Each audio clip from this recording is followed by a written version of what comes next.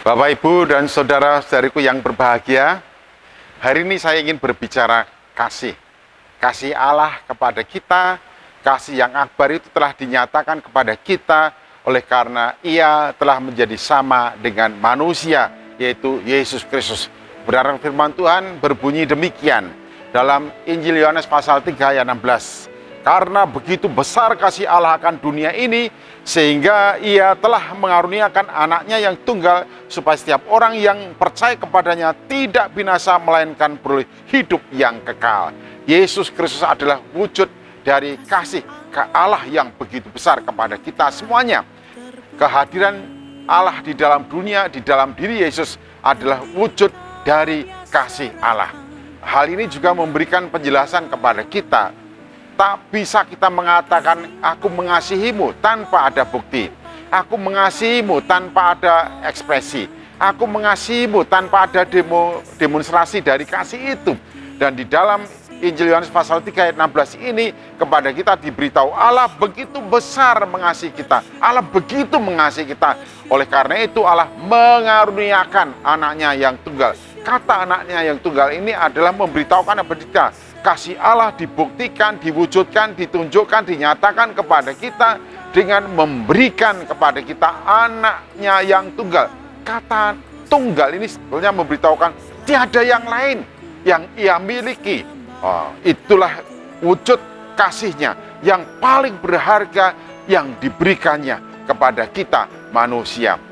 Demikian juga ketika kita mengatakan kasih, mengasihi kepada seseorang, orang lain tidak akan pernah percaya bahwa kita mengasihi kecuali kita menunjukkan, mewujudkan, mendemonstrasikan, menyatakan, melakukan kasih kita sebagai bentuk konkret bahwa kita betul-betul mengasihi. Demikian juga Allah telah memberikan kepada kita teladan.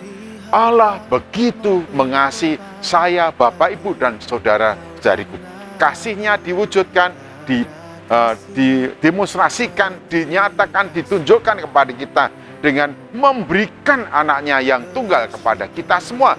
Bahkan pemberiannya ini begitu luar biasa, tak ternilai dan tidak dapat dinilai harganya dengan apapun juga. Karena apa? Wujud kasih Allah itu memberikan kepada kita penyelesaian atas persoalan terbesar dalam hidup kita yang tidak mungkin dapat kita selesaikan. Persoalan apakah itu? Di sini katakan supaya setiap orang yang percaya kepadanya tidak binasa, melainkan beroleh hidup yang kekal. Kita adalah orang berdosa. Dampak dan akibat dari dosa itu adalah kebinasaan, kematian kekal. Kematian kekal akibat dari kita berdosa tidak mungkin dapat diselesaikan oleh kita sendiri, oleh manusia sendiri. Hanya oleh karena kasih Allah. Oleh karena itu kita mengatakan kasih itu begitu besar. Karena kasih Allah di dalam Yesus kepada kita menyelesaikan persoalan terbesar dalam kehidupan kita, yaitu persoalan yang tidak dapat diselesaikan oleh diri kita sendiri. Bapak, Ibu, dan saudaraku yang saya kasih dalam Tuhan Yesus Kristus, sungguhkah kita mengasihi? Sungguhkah engkau mengasihi? Sungguhkah saudara-saudara mengasihi? Mengasihi teman-teman, mengasihi keluarga, mengasihi siapa? Mengasihi orang yang terkasih. Ingatlah, kasih itu tanpa bukti, tanpa ditunjukkan, tanpa didemonstrasikan, itu omong kosong. Tong kosong berbunyi nyaring. Kalau kasih itu tidak ada wujudnya, tidak ada bentuknya, tidak ada demonstrasinya. Allah telah memberikan contoh teladan pada kita bagaimana Allah mendemonstrasikannya kasihnya kepada saya, Bapak, Ibu, dan saudara-saudariku. Wujud demonstrasi dari kasihnya yang besar pada kita menyelesaikan persoalan terbesar dalam hidup kita. Sesungguhnya kalau kita betul-betul mengasihi, maka kasih kita yang kita nyatakan kepada seorang akan mampu menyelesaikan persoalan terbesar dalam hidupnya. Itulah kasih yang konkret, kasih Allah kepada saya, Bapak, Ibu, dan saudara-saudariku. Jadi di hari Natal ini kepada kita semuanya telah diberikan contoh teladan yang konkret dari Allah.